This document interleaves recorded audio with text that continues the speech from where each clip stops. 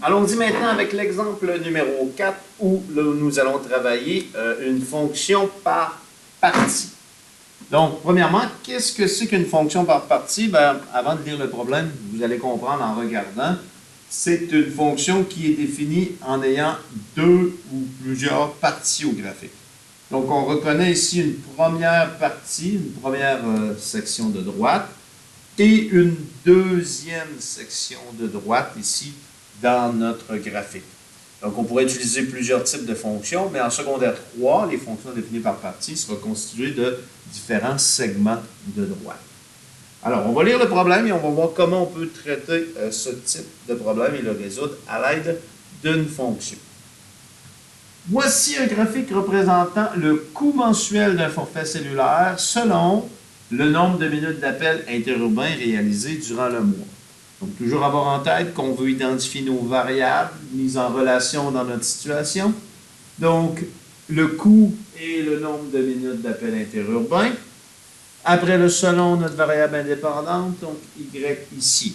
Bien sûr, on aurait pu s'aider des axes au niveau du graphique, donc le plan cartésien, Y qui est mon coût, X ici, mon temps en minutes, mon temps d'interurbain. On a donc notre forfait cellulaire ici, où est-ce que, bon, la première partie du graphique ici, on voit l'ordonnal origine qui est 0,10 ici, qui est mon ordonnal origine, donc mon B.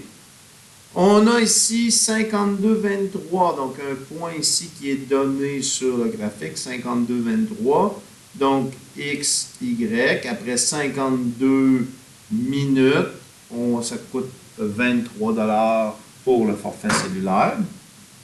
Et là, ici, on a un autre point où est-ce qu'il se passe quelque chose avec notre graphique. Après 100 minutes, ça coûte 35 $. Mais là, la droite monte moins rapidement. Donc ici, on a un certain taux de variation. Puis ici, la droite monte moins rapidement.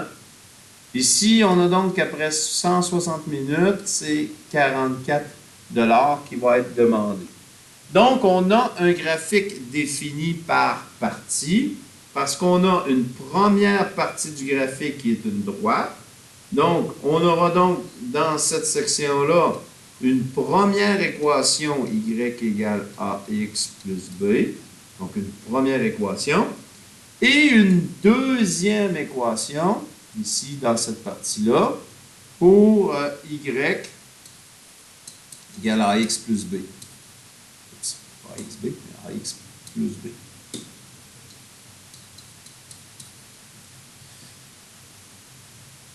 Maintenant, donc, deux parties. C'est pour ça qu'on appelle ça un graphique défini par partie. Une première partie qui a son taux de variation, son ordonnal origine, et une deuxième partie du graphique qui a son propre taux de variation et qui a aussi son ordonnal origine. On y reviendra dans quelques instants. Maintenant, on nous demande quel sera le montant demandé.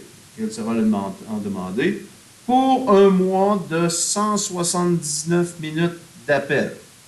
Donc, on se demande ici, à 179 minutes d'appel, quel sera le montant demandé? Donc, à 179 minutes, quel va être le montant qui sera demandé ici? Donc, on voit que ce sera au-dessus de 44 $, mais combien? On ne le sait pas nécessairement.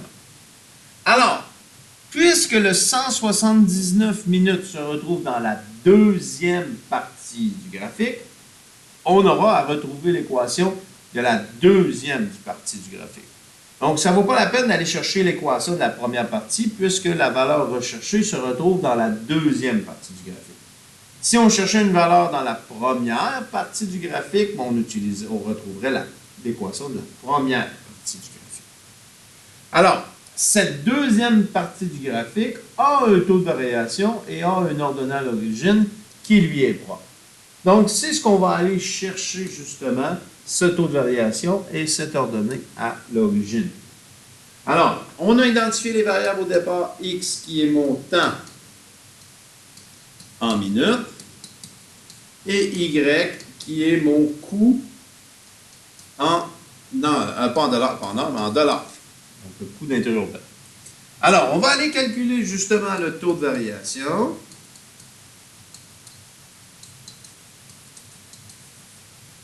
Donc, le taux de variation, on calcule mon A, Y2 moins Y1 sur X2 moins X1. Donc, pour aller calculer le taux de variation de la deuxième partie du graphique, on va aller chercher 2 points qui sont sur la deuxième partie du graphique. Le point qui est ici, on peut l'utiliser autant pour la première que pour la deuxième partie parce qu'il est à la jonction des deux. Donc ça sera mon point X1, Y1. Et je vais utiliser le deuxième point ici, X2, Y2, pour aller calculer mon taux de variation. Donc, Y2 vaut 44, Y1 35. Donc, 44 moins 35. Et le X pendant ce temps-là, 160, 100. Donc, 160, 100. Donc ici, on parle d'une variation de 9 pour une variation ici de 60. Donc, 9 $ de plus pour 60 minutes d'interurbain. Si on le ramène au taux unitaire, donc 9 divisé par 60, donc 15 sous la minute d'interurbain. 0,15 au 1. Donc, les unités du Y, donc des dollars, juste ici, pour des minutes d'interurbain. Donc, le taux de variation de la deuxième partie du graphique, pardon, est de 15 sous la minute. Maintenant, qu'en est-il de l'ordonnée à l'origine de cette droite? L'ordonnée à l'origine de cette droite ne sera pas 10 ici. Parce qu'il faut s'imaginer qu'on prolonge ce segment de droite-là pour aller voir à quel endroit ça va couper sur mon axe des Y. Donc, on ne fait pas la lecture ici parce que c'est vraiment le prolongement de cette droite ici-là qui nous donnerait l'ordonnée à l'origine. On s'attend à une valeur dans le coin de 20, mais on devra le confirmer justement par la méthode algébrique. Donc, allons chercher l'ordonnée à l'origine.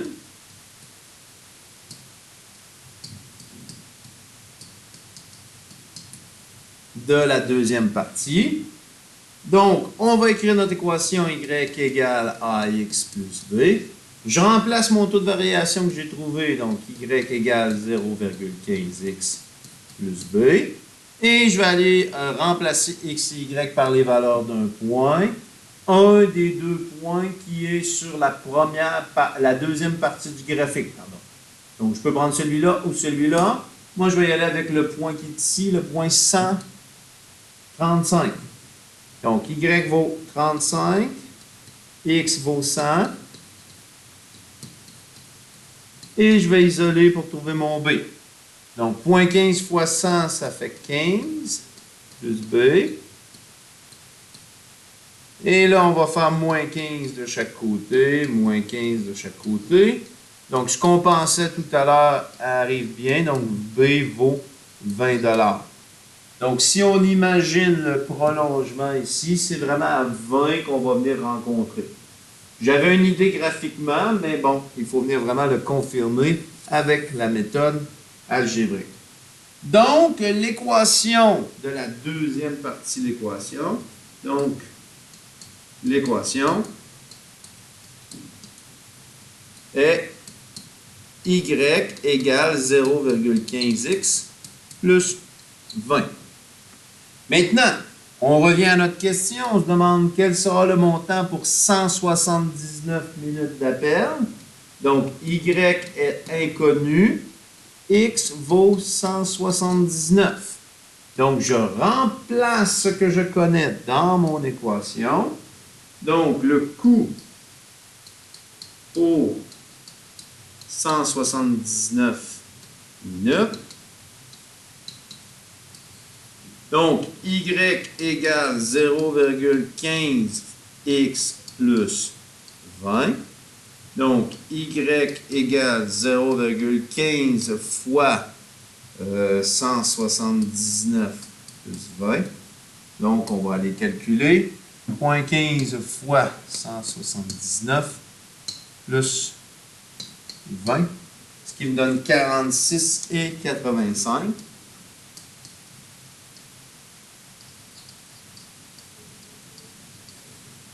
Donc, mon coût, le montant, sera de 46,85 $. Donc, ce qui est quand même assez logique, au-dessus de 44 un peu, donc 46 et 45.